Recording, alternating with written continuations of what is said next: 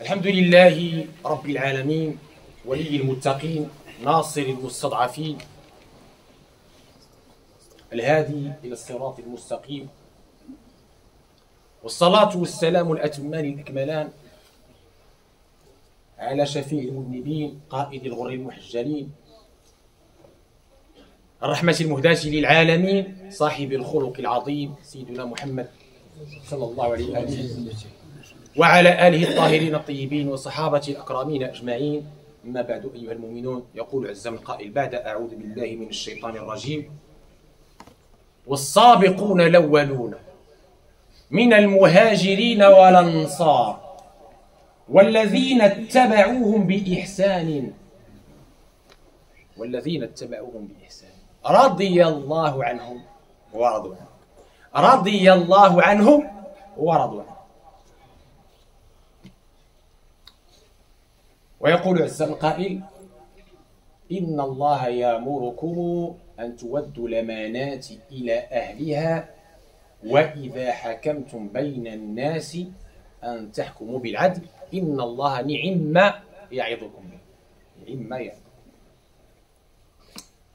Mes chers frères, mes chères sœurs, Allah tabaraka wa ta'ala dans le Coran nous fait l'éloge des nobles compagnons de cette première école qui a cru au message du dernier messager, Sayyiduna Muhammad sallallahu alayhi wa sallam, et qui s'est sacrifié, à tout donner pour Allah tabaraka wa ta'ala, pour que cette belle religion nous soit transmise jusqu'à aujourd'hui. Ils ont déployé tous les efforts possibles et imaginables auprès du prophète alayhi salatu wassalam, avec le prophète alayhi salatu wassalam, pour que nous soyons aujourd'hui ce que nous sommes. Donc louange à Allah tabaraka wa ta'ala pour cela. Et évidemment, comme je l'ai dit dans le dars, notre prophète alayhi salatu wassalam nous dit: celui qui ne rend pas grâce aux gens ne rend pas grâce à Allah. Et donc évidemment, nous rendons grâce à Allah tabaraka wa ta'ala pour cela, et nous devons avoir de la gratitude pour cette première école en priant pour eux, radiyallahu anhum wa radu anhu, et surtout en suivant leur modèle, qui n'est autre que le modèle du prophète alayhi salatu wassalam. Alaykum bi sunnati wa sunnati al-khulafa'i ar-rashidin min ba'di. Notre prophète alayhi salam nous a bien ordonné de suivre sa sunna, ainsi que la sunna, il l'a appelé sunna des califes bien guidés après lui, il l'a appelé sunna aussi. ومن هذا إخوة الإيمان أردت أن أشاطركم اليوم ما جاد الله تبارك وتعالى به من هدي هؤلاء العمالقة والجبال فسلانهم مصادمهم ماذا رأى منهم في كل مصطدم. ومن الهدي العمري ما رواه البيهقي عن الشعبي قال: خطب عمر الناس فحمد الله وأثنى عليه وقال: ألا لا تغالوا في صداق النساء فإنه لا يبلغني عن أحد ساق أكثر من شيء ساقه رسول الله صلى الله عليه وسلم إلا جعلت فضل ذلك في بيت المال. Donc, un jour, le deuxième calife bien guidé, Al-Farouq, celui que Shaitan avait peur de lui, tellement il était dans la vérité, le haqq, et tellement qu'il était dans cette force spirituelle, masha'Allah, Sayyiduna Omar al-Khattab, un jour dans le minbar, il fait un prêche, il dit aux gens: je vois que vous avez exagéré par rapport aux dots. Sous-entendu, vous rendez les mariages difficiles, voire impossibles. Il parle au tuteur, il parle, voilà, vous l'êtes au mort. Vous avez exagéré, ça devient trop cher. C'est quoi ça?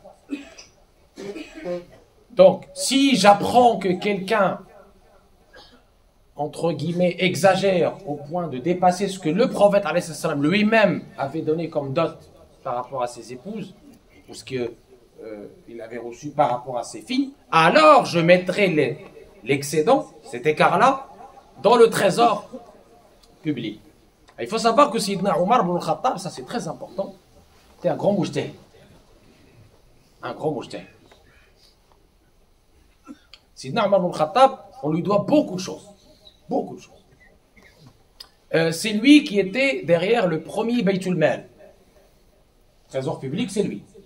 Première monnaie, c'est lui. D'accord? Les premières routes, etc. Il a fait beaucoup de choses nouvelles dans l'intérêt commun. Dans l'intérêt commun. Maslaha, l'amma. Et c'est lui, rappelez-vous, qui avait proposé à Abu Bakr de faire la compilation du Coran parce qu'il voyait que les mémorisateurs tombaient en martyrs dans Hurub al-Ridda. Rappelez-vous de cela quand on a parlé de l'histoire de la compilation du Codex. Très bien. Et aussi, on lui doit aussi, quand il y a eu le Amul Majaa, quand il y a eu la famine, il avait levé le had sur la peine sur le vol et augmenté la peine sur l'ivresse publique. Bon. Et donc, c'est ce qu'a dit Omar dans sa faute. ثم نزل فعرضت له امرأة من قريش فقالت يا أمير المؤمنين أكتاب الله تعالى أحق أن يتبع أم قولك. Et puis il y a une femme qui l'interpelle. Il dit: Oh Omar, j'ai une question. Tu viens de dire ce que tu as dit. Mais est-ce que je dois suivre le livre d'Allah ou ta parole? Omar était évidemment gêné. Il répondit tout de suite: Bien sûr, tu dois suivre le livre d'Allah. قال بل كتاب الله. فما ذاك؟ قالت: نهيت الناس آنفا أن يغالوا في صداق النساء والله يقول وآتيتم إحداهن قنطارا فلا تأخذوا منه شيئا. فلا تأخذوا منه شيئا. ماذا فعل عمر بن الخطاب رضي الله عنه وارضاه؟ فقال عمر: كل أحد أفقه من عمر مرتين أو ثلاث.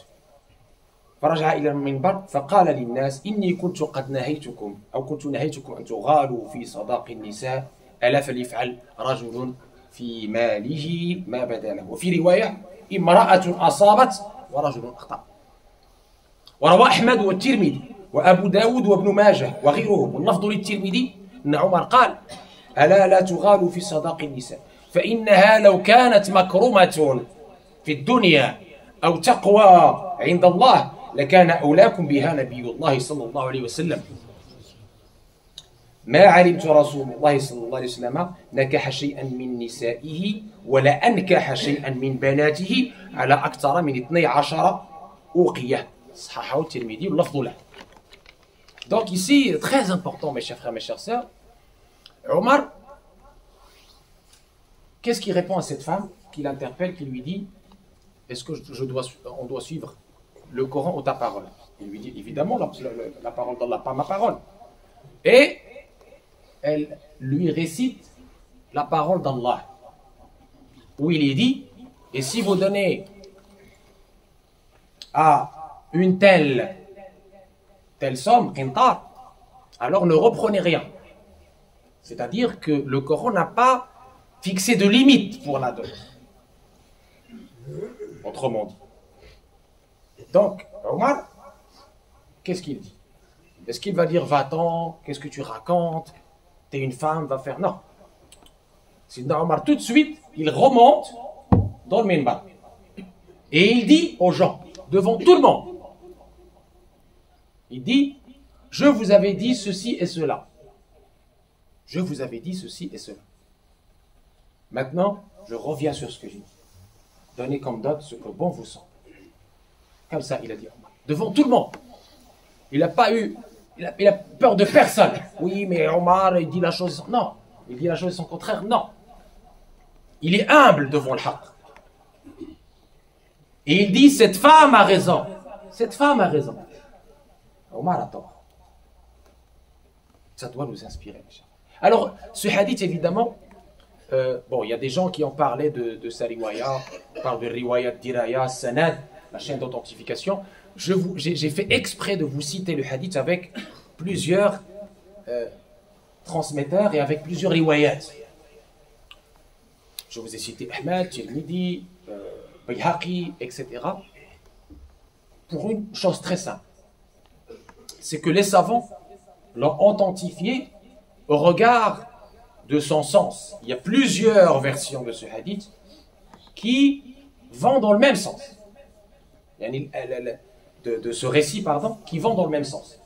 هذه الرواية هذه اللي ذكرت لكم على صحة الترمذي ذكرت بألفاظ أخرى لكن معانيها كلها متقاربة وتفيد نفس المعلومة ونفس الخلق العظيم الذي كان يتحلى به هؤلاء الأوائل، هؤلاء الرعيل الأول الصحابة الكرام. فكان من هديهم أن يدعنوا إلى الحق ولا يتكبروا ويكونوا من الذين يستمعون القول فيتبعون أحسنه. جعل الله منهم ومعهم وعلى هديهم. وآخر دعوانا الحمد لله رب العالمين. الحمد لله الواحد بلا عدد، الحمد لله رافع السماء بلا عمد، الحمد لله لم يولد ولم يلد، الصلاة والسلام على المبعوث بالرشاد والآل وصحبه المقتدي. أما بعد أيها المؤمنون، كما سمعتم هذا عمر الفاروق أصابت امرأة وأخطأ عمر. Comme vous venez de l'entendre, ce récit magnifique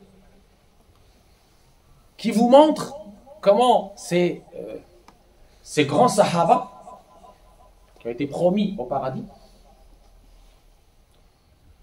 se comportaient, même quand ils avaient l'autorité suprême qui est ici le khilaf.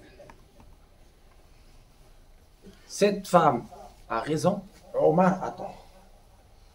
À travers ce récit, on a plusieurs messages, plusieurs leçons, plusieurs sagesses. Je vais en citer quelques-unes aujourd'hui de ces sagesses ou de ces leçons. Première leçon, mes chers frères, mes chers sœurs, qui doit nous inspirer et qu'on doit suivre. C'est la question de l'humilité, de l'abnégation. Sidna Omar, malgré sa science, malgré sa proximité d'Allah et de son prophète, il tend l'oreille, il écoute, il permet la vie contradictoire. Il n'est pas arc-bouté, il n'est pas borné, quel que soit l'interlocuteur. C'est comme ça que le prophète a enseigné ces grands hommes. Cette abnégation, cette humilité, cette écoute. On a vu le prêche dernier, rappelez-vous, Solomon, avec la fourmi. Pareil, Sidna Suleiman, alors qu'il était prophète roi, un royaume inégalé, qu'est-ce qu'il... Il écoute une fourmi. Il écoute les sagesses, les leçons d'une fourmi, une fourmi. Vous voyez l'humilité? Aujourd'hui, on a des frères qui, juste parce que, je sais pas, il a appris il a lu quelques livres par-ci par-là, ça y est. Il se prend pour je sais pas quoi. Tu me parles pas, moi je suis meilleur que toi, etc. L'orgueil ne fait pas partie de cette condition. C'est à bannir. L'orgueil, c'est une spécificité satanique. Regardez Omar, son humilité, son écoute. Pas seulement ça, il vient se contredire devant tout le monde, devant la même assemblée où il avait essayé d'imposer quelque chose, toujours pour l'intérêt de la Oumma, parce qu'il voyait que les mariages devenaient difficiles, voire impossibles. Mais quand la femme l'interpelle, lui donne son argument, il trouve que son argument est correct, il vient se contredire devant tout le monde. Il n'y a pas de problème, il n'y a pas de honte, il n'y a pas entre guillemets, de manque d'adab ou je ne sais pas. Non, au contraire. Sidna Omar, avec cela, Allah tabaraka wa ta'ala l'a encore élevé. Dernière leçon, mes chers frères, mes chères sœurs, de ce qu'on vient d'entendre. C'est une leçon très importante. Qui nous manque cruellement aujourd'hui. Bien qu'on soit en France, en Europe, en Occident.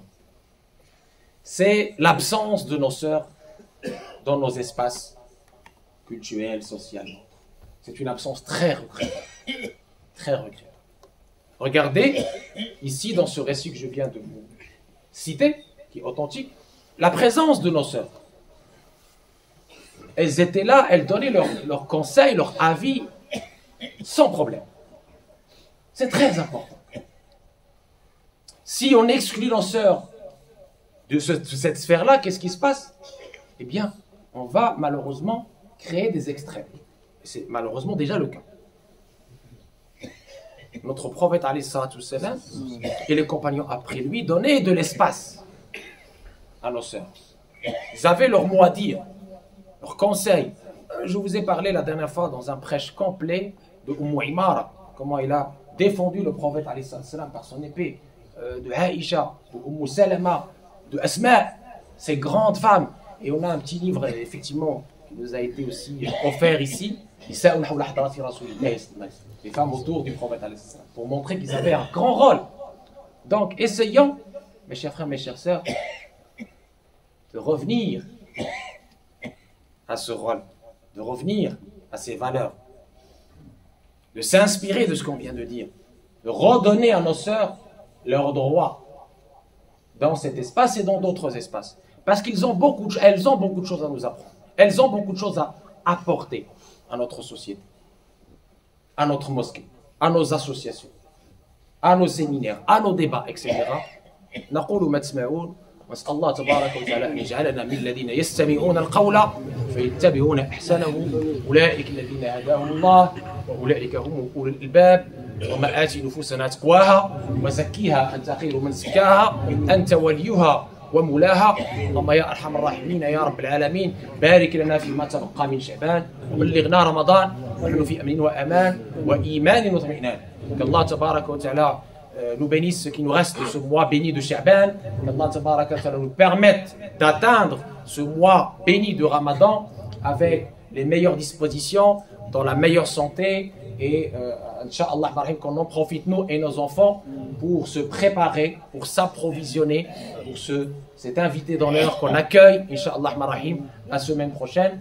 Et dans ce cadre-là, je rappelle encore une fois qu'il y a tout un programme qui commence dès le vendredi prochain, bi'idnillah, avec les cours et les tarawih, bi'idnillah, dès vendredi soir. Et encore une fois, je tiens à remercier, à féliciter les frères qui ont cotisé pour notre bibliothèque, qui est Sadaqa Jariya. Qu'ils soient rassurés, ces frères et sœurs qui ont cotisé pour la bibliothèque, avec les livres de référence qui sont maintenant waqf, on ne peut pas les sortir. Sadaqa Jariya, ça veut dire quoi? Ça veut dire à chaque fois que quelqu'un lit dans un livre, s'instruit, eh bien il a le mérite, lui, et toi qui as cotisé, tu as ce mérite ad vitam aeternam. C'est-à-dire que tu es dans ta tombe et hop, tu reçois les hasanats parce que c'est une Sadaqa Jariya. C'est merveilleux. Donc, Bouchra li haoula alladina kanu sababan fi had al-amal khayr, jazahumullah anna kulla khayr. Il y a beaucoup de frères et sœurs qui nous ont demandé la prière parce qu'ils sont malades, qu'Allah tabaraka wa ta'ala les guérisse. Allahumma shafi mardana wa afi mubtalana wa arham moutana. Et je vous annonce que le frère qui a eu le malaise la dernière fois, il a été alhamdoulilah réanimé, il va bien. Ça c'est alhamdoulilah, c'est une bonne nouvelle. Et on remercie bien sûr toutes les personnes qui l'ont aidé, que ce soit les premiers secours ici ou les pompiers qui sont venus jusqu'à la mosquée. Alhamdulillah, on remercie tout le monde. On demande à Allah tabaraka wa ta'ala de nous protéger, de protéger nos enfants, qu'Allah fasse qu'on soit les meilleurs ambassadeurs de cette belle religion par l'être et le paraître, par la beauté de notre comportement, par le bel agir, par le sourire, par le service désintéressé, qu'on soit sur les pas de Sayyidina Muhammad, une miséricorde pour tout le monde, qu'on soit sur les pas de ses compagnons et qu'on puisse apprendre aussi, parce que pour être sur leurs pas, il faut les connaître, qu'on puisse apprendre dans leur signe, dans leur biographie, qu'on fasse tout ce qu'il faut dans ces vacances scolaires pour nous et pour nos enfants pour connaître et faire connaître Sayyidina Muhammad sa biographie au plus grand nombre. هذا واكثروا من الصلاه والتسليم على بكثره الصلاه والسلام عليه تحط الأوزار وتنال منازل الابرار وترفع الدرجات وتستجاب الدعوات ان الله وملائكته يصلون على النبي يا ايها الذين امنوا صلوا عليه وسلموا تسليما. اللهم صل على سيدنا محمد وعلى ال سيدنا محمد كما صليت على سيدنا ابراهيم وعلى ال سيدنا ابراهيم وبارك على سيدنا محمد وعلى ال سيدنا محمد كما باركت على سيدنا ابراهيم وعلى ال سيدنا ابراهيم في العالمين انك حميد مجيد. قوموا الى صلاتكم يرحمكم الله.